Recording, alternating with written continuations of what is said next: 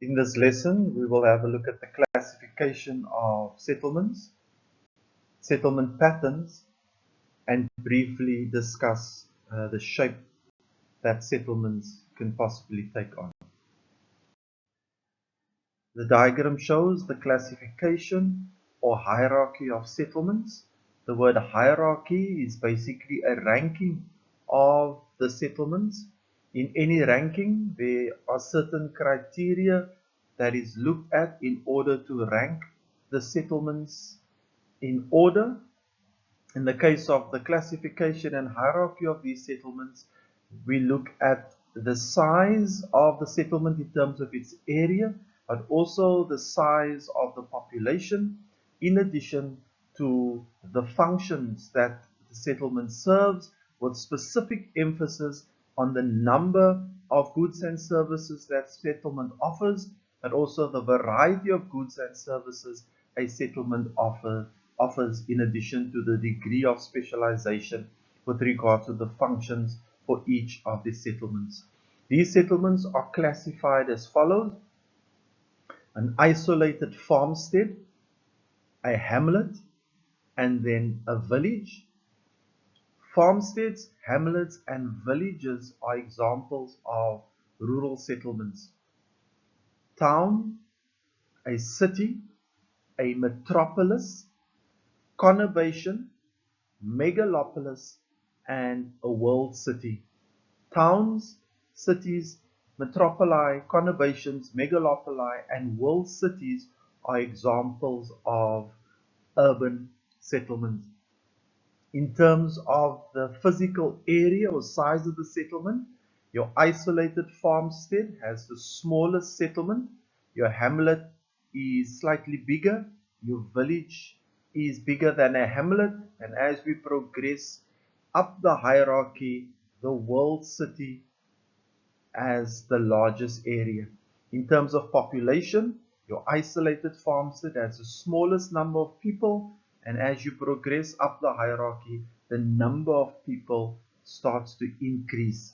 As the number of people start to increase, there's a greater need for goods and services, and therefore the variety and number of goods and services and the functions of a particular settlement also increases. An isolated farmstead, limited functions, limited goods, limited services. It is unifunctional. A hamlet has more functions and service.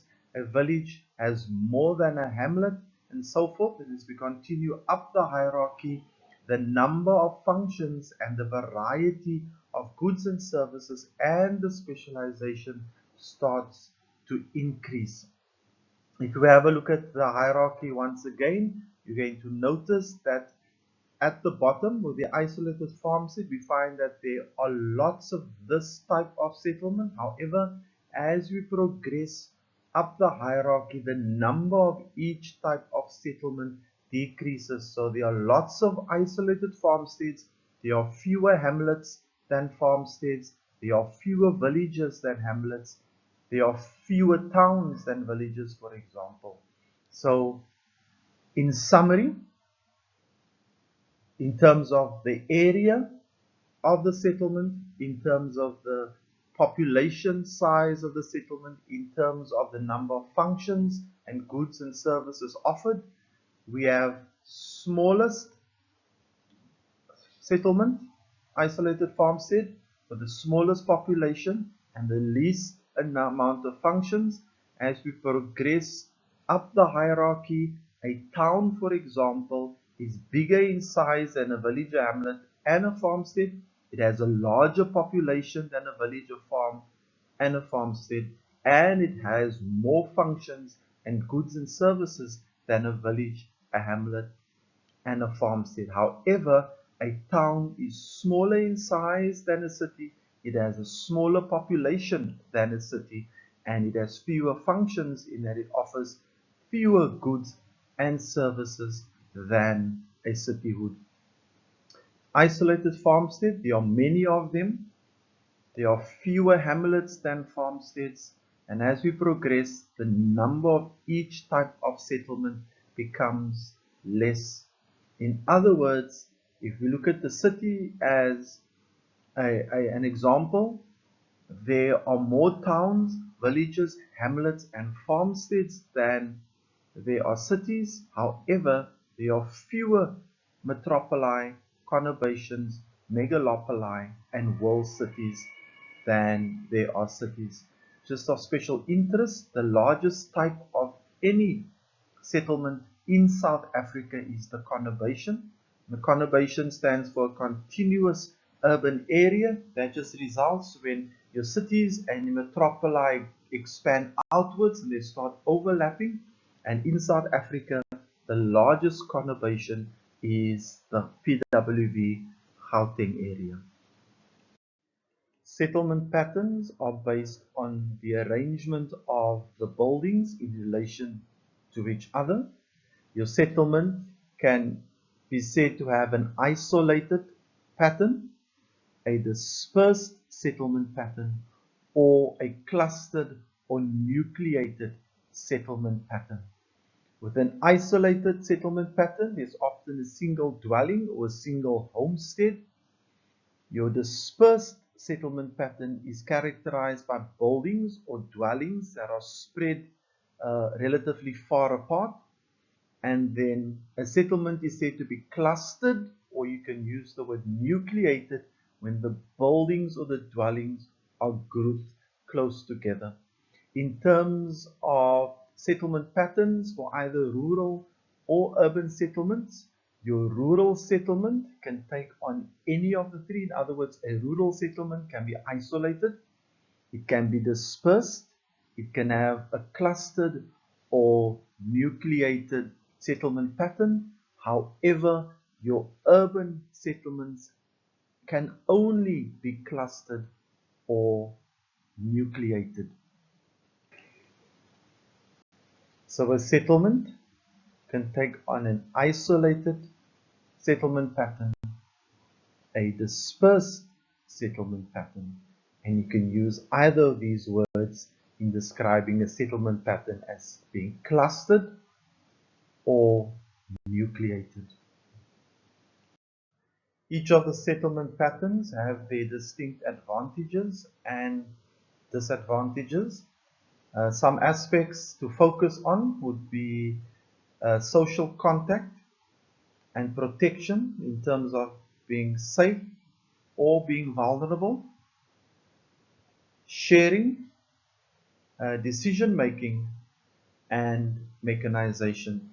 Please note that the following are mainly in the context of your rural settlements, in terms of whether it is an isolated or dispersed rural settlement, or whether the settlement is a nucleated or clustered rural settlement like a hamlet or a village, for example.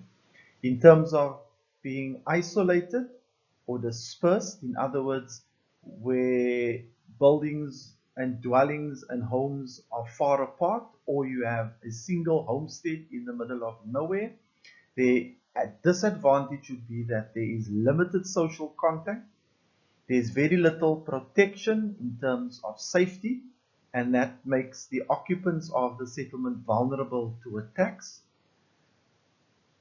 However, in terms of its advantages, there is independent decision making. The farmer has the opportunity to use machinery to mechanize, and that will in fact increase productivity and increase income and profits.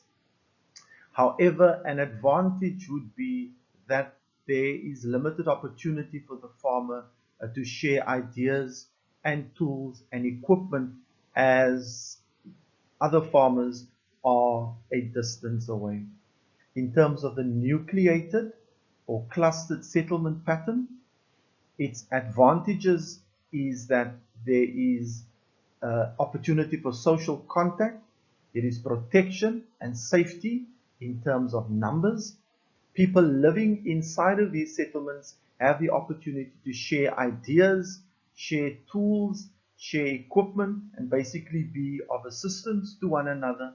However, if the land is communally owned and everybody needs to have a say in any decisions, then that decision making within the clustered or nucleated settlement is often going to be slow, and it's going to take a long while. And also, when land is shared, it often leads to the fact that one piece of land is split up into smaller parts. We call that fragmentation of the land, and that each single person is then assigned a piece of land, and as a result of the size of the land being cultivated, mechanization is often very limited, and therefore there's limited income and limited profit. The shape of a settlement can be described as linear, circular or round, crossroad, T-shaped settlement, or stellar or star-shaped. The word linear means line, and you will notice in the diagram that the buildings or the settlement itself creates a linear pattern. In other words, the buildings have been built in almost a straight line, and this type of pattern is often created when the settlement is built along a road, along a river, often between a coastline and a mountain. So this settlement is said to have a linear shape. A circular or round settlement is often built or clustered around a central focal point, which could, for example, be a monument or a church. In terms of your roads, depending on how your roads have been laid out in relation to each other, in this case, this would be a crossroad shape. If the settlement is built at a T-junction, such a settlement takes on a T-shape. And should the settlement be built along a number of roads radiating outwards, such a settlement would take on a stellar or star-shaped settlement. Please be familiar with linear, and in this case, the settlement in the picture is linearly clustered. At this stage, feel free to pause the video and just test your knowledge and see how many of these questions you are able to answer for yourself.